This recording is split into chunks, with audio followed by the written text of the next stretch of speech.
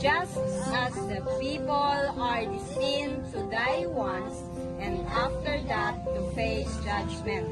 Revelations 3:20. Here I am, I stand at the door and knock. If anyone hears my voice and opens the door, I will come in and eat with that person and they with me. John 3:14-17. Just as Moses lifted up the snake in the wilderness, so the Son of God must be lifted up, that everyone who believes may have eternal life in Him.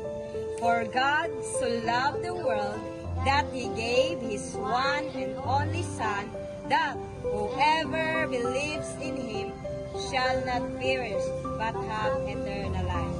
For God did not send His Son into the world to condemn the world, but to save the world through Him. John 10:28-30. I give them eternal life, and they shall never perish. No one will snatch them out of my hand. My Father, who has given them to me, is greater than all. No one can snatch them out of my Father's hand. I and the Father are one. Romans 38-39. For I am convinced that neither death nor life, neither angels nor demons, neither the present nor the future, nor any powers, neither height nor depth, nor anything else in all creation will be able to separate us from the love of God that is in Christ Jesus our Lord. Isaiah 53:1-6. Who has believed our message? And to whom has the arm of the Lord been revealed?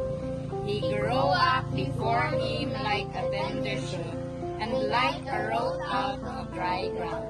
He had no beauty or majesty to attract us to him, nothing in his appearance that we should desire him.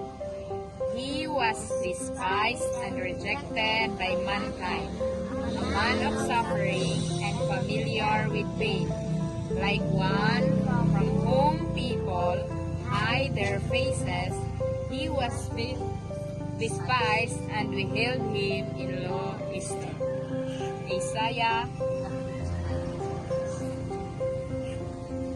We all like sheep have gone astray. Each of us has turned to our own way, and the Lord has laid us on him. And by his wounds we are healed. Colossians 3:23 and 24. Colossians 3:23-24. Whatever you do, work at it with all your heart, as working for the Lord, not for human masters. Since you know that you will receive an inheritance from the Lord as a reward, it is the Lord Christ you are serving. 1 Peter 5:5-6. 1 Peter 5:5-6. In the same way, you who are younger, submit yourselves to your elders.